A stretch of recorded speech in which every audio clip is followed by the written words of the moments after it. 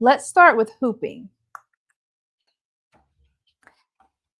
All right, so this is your hooping jig where the magic happens. You know, you have your bent clips, these right here.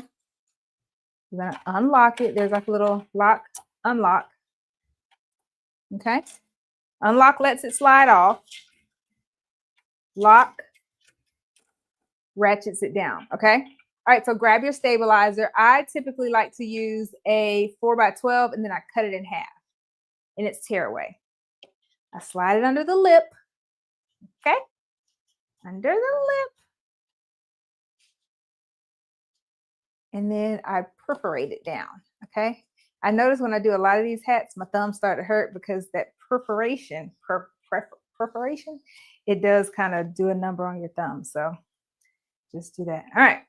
Another important part that a lot of people miss, get your sweat guard. Get it out of the way.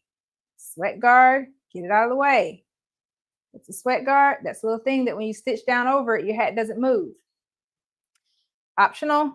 Sometimes I open the back, sometimes I don't. Not optional, sweat guard. Next, this little plastic piece right here.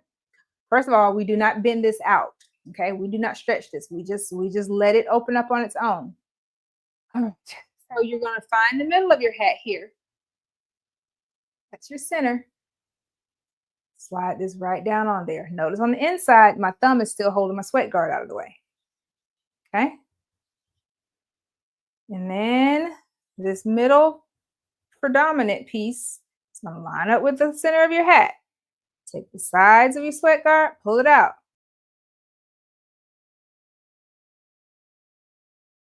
Take the side of your other one, pull it out.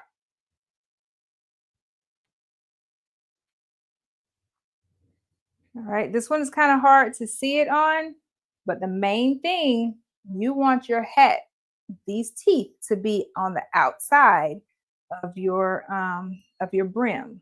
So right up at the base where your cap meets your brim. I know it's hard to see on this one. Take my word for it. I'm still holding my sweat guard. Okay? Still holding my sweat guard. Lock it. I don't know why I always lock mine last. Another thing, notice all I'm doing is taking it and I'm using my pinkies and I'm going to dive in it this way. I'm going to use my pinkies to guide me. But what I'm not doing is pulling this out. I'm not cranking this out. I'm just getting it over my stabilizer. I'm getting it down enough. If I need to make any adjustments, this is the time that I'm going to make them. You know, pushing straight down. Straight down.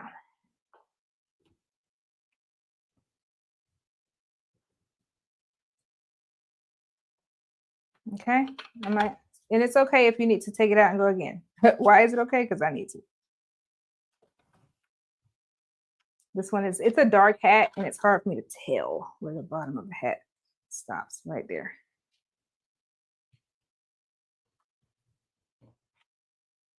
Right there. So that lets you all know you don't want to have it too high up because then that's gonna mess up with, there we go. And you still have a little bit of wiggle room, but that'll mess up with your placement. Okay. Make sure that's out on the side. Push it down until it won't go anymore. Grab your bent clips. It's going to be a little pokey outy piece right here. It's like the little predominant piece on the side. It's a little metal. You hear that? Take your bent clips, smooth it down, tighten it here. Same thing on the other side. Smooth it down, tighten it here. To take it off, take your fingers. There's a screw right here. You give counter pressure, push away. Okay? Push away. And we're hooped. You want to put your hat hoop on.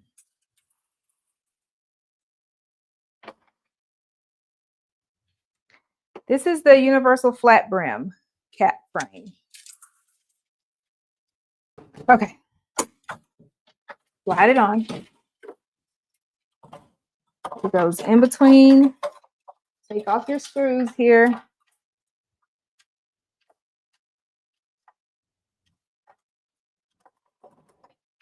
Take off your screws. I'm going at a weird angle. Usually these screws come off a lot faster, but I don't want to drop it. Line it up. Put your screws back in. I usually like to do the top ones first. Finger tight. Finger tight, you guys. All right. And then the bottom, see how that still is moving? That's going to cause it to ride too low down on your arm. So you lift, push back, and screw in. Okay. Now, what you cannot do, and this is the same steps no matter what machine you're using. If you're using the PR680, if you're using the 1055, if you're using the 655, whichever one this cap driver fits on, it's the same. It's the same process. Okay. So what you can't do is put it straight on like that. So you got to turn it, turn, and then straighten, and then pop it on. Done. We're done. Okay. All right. So I cheated a little bit. I already put my USB in.